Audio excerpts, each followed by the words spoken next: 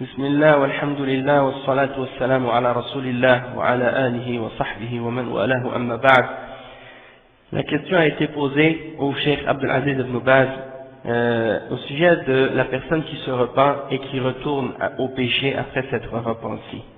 Donc je vous laisse entendre la question en arabe et je fais la traduction de la question, et puis ensuite je vous laisse entendre la réponse du Cheikh Abdelaziz Ibn Baz, et puis ensuite Inch'Allah je vous traduis la réponse du Cheikh. Donc voici la question. بعد هذا رسالة وصلت إلى البرنامج من جدة، باعثها مستمع يقول: السائل عين. يقول عن نفسه، بل إن السائلة مستمعة كما كتبت، تقول: يا شيخ أنا مصابة بالإصرار على معصية ما، وطالما اقترفت هذه المعصية وكلما اقترفتها يحترق قلبي وأتوب وأعزم على عدم العودة، ولكن يعود مرة ومرتين وثلاث حتى أنه لم يصبح لدي شعور بالندم والحرقة كما كنت سابقا، ولكني مصر على التوبة كلما عدت للذنب مع عدم شعوري بالندم كما قلت لكم، وما أعرفه أن التوبة لا تقبل إلا بشروط منها الندم، فما الحكم؟ هل تقبل توبتي وبماذا تنصحونني؟ جزاكم الله خيرا. Donc je vais traduire la question qui a été posée au Cheikh Abdelaziz Ibn Baz rahimahullah. C'est une femme qui pose la question et elle dit que elle est atteinte d'un péché qu'elle pratique régulièrement et elle persiste toujours à le faire. Et donc elle fait ce péché et à chaque fois qu'elle le fait, elle sent son cœur qui brûle, c'est-à-dire elle a des remords dans son cœur, puis elle se repent. Puis elle est déterminée à ne plus retourner à ce péché-là. Toutefois, elle dit je reviens, c'est-à-dire je le refais encore une fois, puis je le refais une deuxième fois, puis je le refais une troisième fois, jusqu'à ce que j'arrive à un point où je ne ressens plus les remords et je ne ressens plus cette brûlure comme je ressentais dans mon cœur auparavant. Mais je suis toujours déterminé à vouloir me repentir et à faire tawbah. Mais à chaque fois, je retourne à ce péché-là. Et j'ai l'impression que je ne ressens plus ce remords dans mon cœur, comme elle le dit. Donc, elle dit, je sais que la repentance nécessite certaines conditions pour qu'elle soit acceptée. Parmi ces conditions-là, il faut avoir les remords. Alors, c'est quoi le verdict à ce sujet-là? Est-ce que ma repentance sera acceptée? Et qu'est-ce que vous me donnez comme nasiha? Donc, on va entendre la réponse du Cheikh Ibn Baz à ce sujet. الواجب عليك الندم الصادق على ما مضى والإقلاع من المعصية وتركها خوفا من الله وتعظيما له، والعزم الصادق على عدم العودة، وبذلك يغفر الله لك هذه الزلة. وإذا عدت إليها مرة أخرى صار عليك إثم العودة. أما السابقة التي تمت التوبة منها توبة صادقة فقد محيت وزالت، ولكن عليك الجد والصدق في عدم العودة، واسأل الله العون والتوفيق وأبشر بالخير. والله يقول سبحانه: وتوبوا إلى الله جميعا أيها المؤمنون لعلكم تفلحون. ويقول سبحانه: التائب من الذنب كمن لا ذنب له.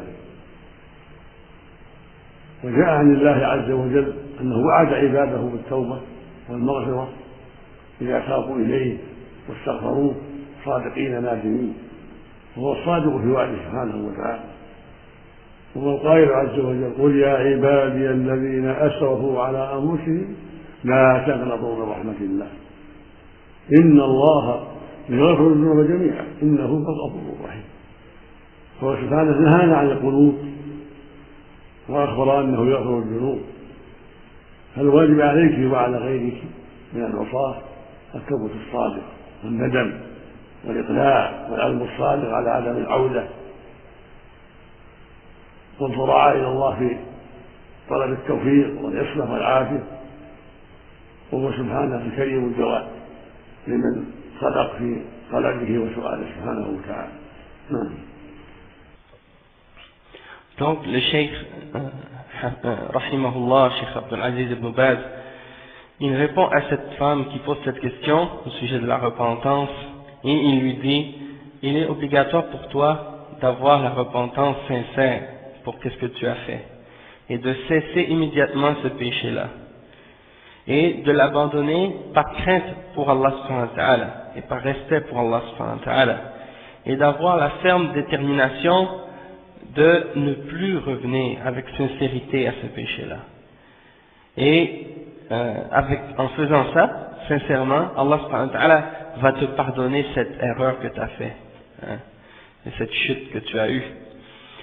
Et si tu retournes à ce péché-là encore une fois, alors tu as le péché d'être retourné à ce péché.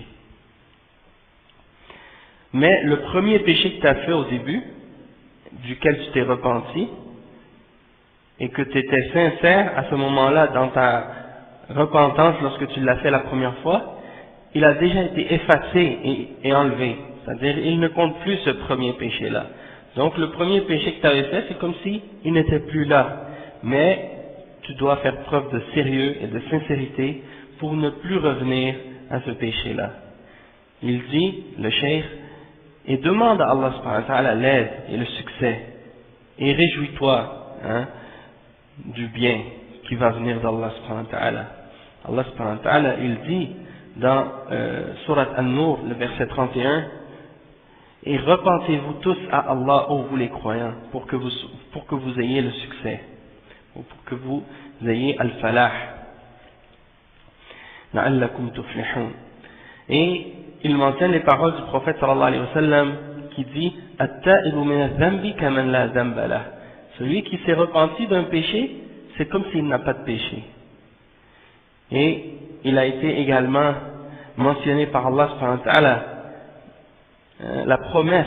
Allah subhanahu wa ta'ala, il mentionne la promesse à ses serviteurs du pardon et de la repentance, qu'il va accepter leur repentance s'ils se repentent à lui, et qu'ils demandent pardon de leurs péchés avec sincérité et avec remords, et avec honte et remords pour qu'est-ce qu'ils ont fait. Et Allah subhanahu wa ta'ala, il n'y a pas de doute qu'il est sincère, et que sa promesse est véridique.